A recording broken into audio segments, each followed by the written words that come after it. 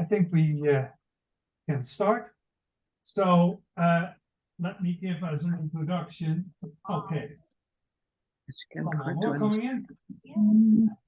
Welcome. Zahra is one of the 3 recipients of last year's Early Career Faculty Award. She is in mechanical engineering, and as part of the award, after the money is spent, we'd like to hear what she did with it. And this is her short presentation about what her project is and what she did and whatever. Yes, awesome.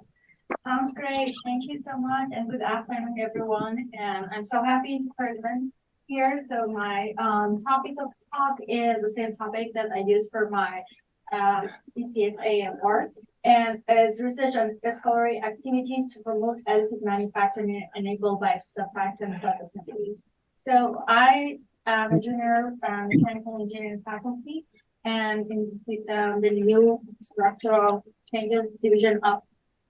And this award was really a great chance for me to go to a couple of conferences last year.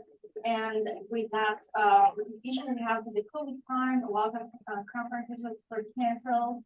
And then many of them turned into virtual format for a couple of years. And then we sort of disconnected with people in the area and experts in the area. And my intention was, if I get this award, to travel more, to just get more networking and know more people, which really worked. And I'm going to talk about first about additive manufacturing, or the type of additive manufacturing I'm doing at the beginning. And then I'm going to talk about how ECFA helped me to travel to what conferences and what was the accomplishment after that. So anyone knows that when you have an injection, or if you have a tap water open, you will see formation of droplet.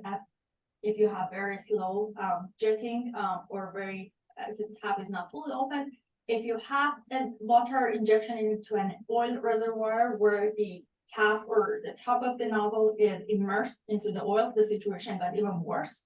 You will never be able to get the jet of liquid. But what I'm doing in my research, and the first evidence of interesting stuff came up when we just added molecules that are active into water phase, the one that forms droplet. If you add a lot of those type of molecule into the water phase, and also some active molecule in the oil phase, at very high concentration, you might be able to get a jet. So that is interesting, because this is like an elastic straw, and then you will see a wrinkle formation. Somehow it means that we have an elastic wall of tubes, which is sort of, we thought, okay, this is really interesting, and we should use it for additive manufacturing. And we just did some characterization. We did some characterization, and we figure out that the reason that we are forming this sort of wall, which is a gel-like wall, is because the component that we have in the water phase and the oil phase sort of self-assemble and reorganize to form a gel structure at the interface. So we confirmed that in our previous work, and we said, okay, this is cool. Let's just use 3D printing stage and try to inject it and see if we can form various structures. So in this case, we use a helical, and it worked. And then also we said, okay, we can add some polymer into the water phase, and you see this color because we shine the UV curate stuff, UV light, and then we were able to curate and then remove it from the structure. It is stretchable. It can be expanded without fracture usually. And then you can print that UMKC letter, and then we did some mesh-like structure, which is interesting for teaching engineering. And interestingly, we saw this fiber that it forms usually between 0.5 millimeter diameter to 1 millimeter diameter. They have some nano structure in them, similar to the cell membrane structure. So we think that our material that we use, pretty much we are converting the water into a structure, which has some nano compartment in them. And also we confirm this nanostructure with X-ray scattering, and then we observe some sharp peaks, meaning that we have this structure after even the UV cured it and fixed the structure and removed it. And this is similar to what we did in the fresh scale, when we didn't have any UV curing done on it. We saw the exact same fiber. So it means that our method can preserve the nanostructure, and also we could improve the mechanical properties, because here is like a gel, very soft gel, but here we have like a fiber, which is can be used for lots of application. And we submitted a publication in 2020, end of 2022, and it was a review paper on carbon liquid and liquid 3D printing work, and we published it in a very high-profile journal of small.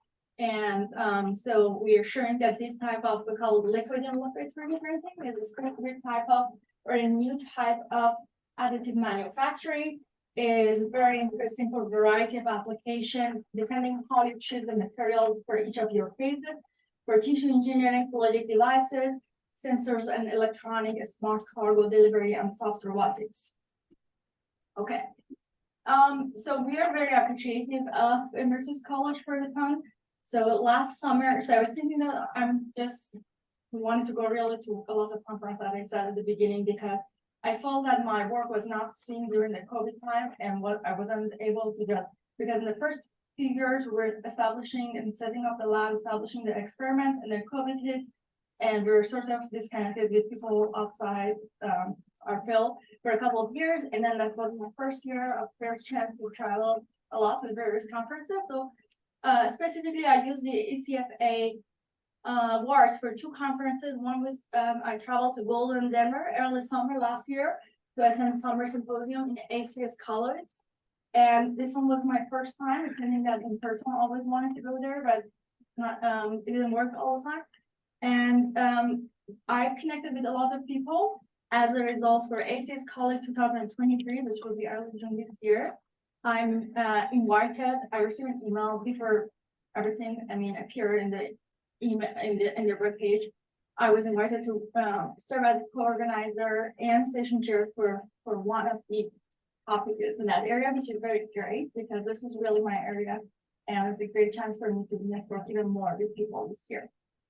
The second conference is ACS fall meeting. So this is the ACS call is like sort of a summer symposium of bigger ACS American Chemical Societies conferences. They have usually, it's a probably some of you guys familiar with that. It's a huge conference. We have 2 annual meeting, one in fall, one in spring. I'm usually attending one this year because of ECFA. I was able to travel to 2 of them. And for the fall, I went there and then connected. I started connected with people the spring before that. But when I went there in the fall, they saw that I'm active, I'm attending and helping with the poster organization. And then they officially appointed me as College Award Programming Chair, which is pretty big as well. So I'm just, my name, UMKC name is now on a lot of newsletters, so we have a person there. And it's usually these conferences are pretty big. They have different divisions. So the division I'm working is college division. And in our division, we are usually each conference we accept about 800 talks. And you would imagine that in the whole ACS meeting, usually between 12,000 to 20,000 people attending per meeting.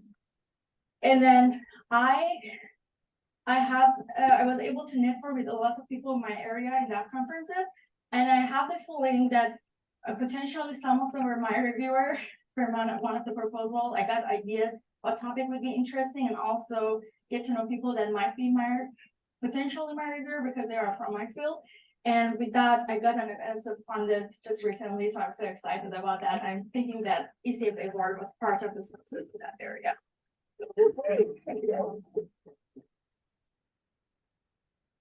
Yeah, and that should be it.